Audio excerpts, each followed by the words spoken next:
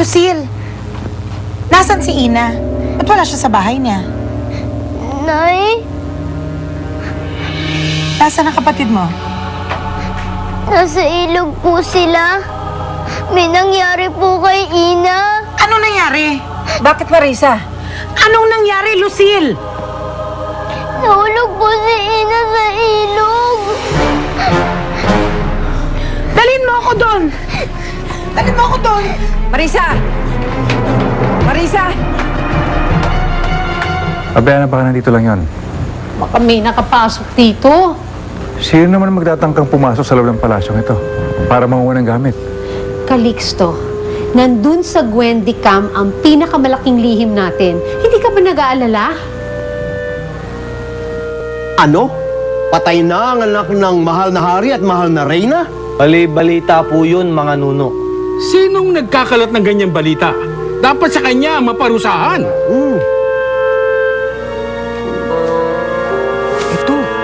Pagpaumanhin niyo po mga nuno, pero dapat siyang maparusahan. Dahil sinisira niya ang tiwala ng mga duwende sa mahal na hari at reyna. Pero paano po kung totoo ang sinasabi niya mga nuno?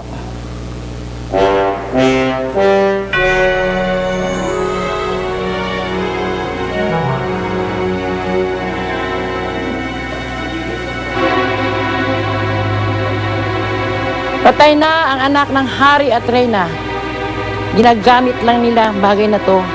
Pinalalabas nila na buhay pa ang anak nila para patuloy silang mamumuno sa kaharian na to. Saan mo kinuha ito, ha?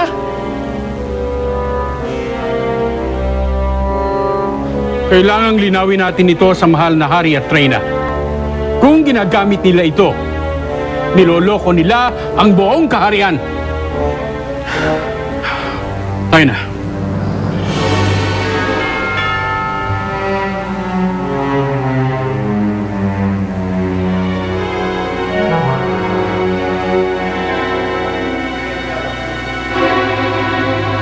Romera, hindi ka maniniwala sa nangyari.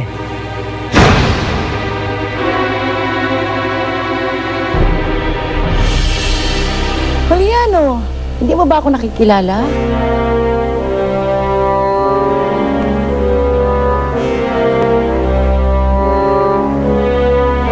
Isa kang henyo, Romera.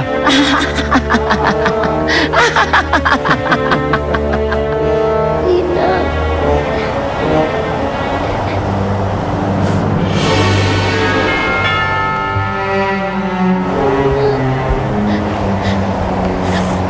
Lindon! Lindon! Nasaan si Ina? Anong ginawa mo sa kanya?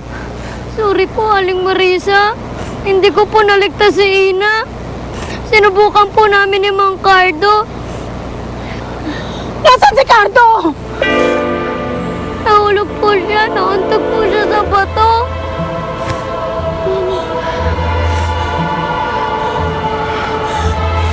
Ina! Cardo!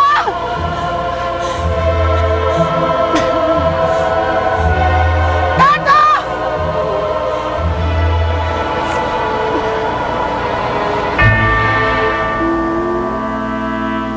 Ina!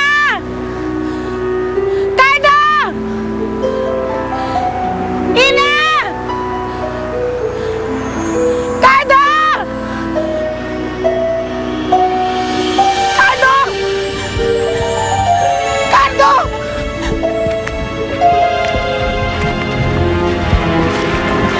Cardo!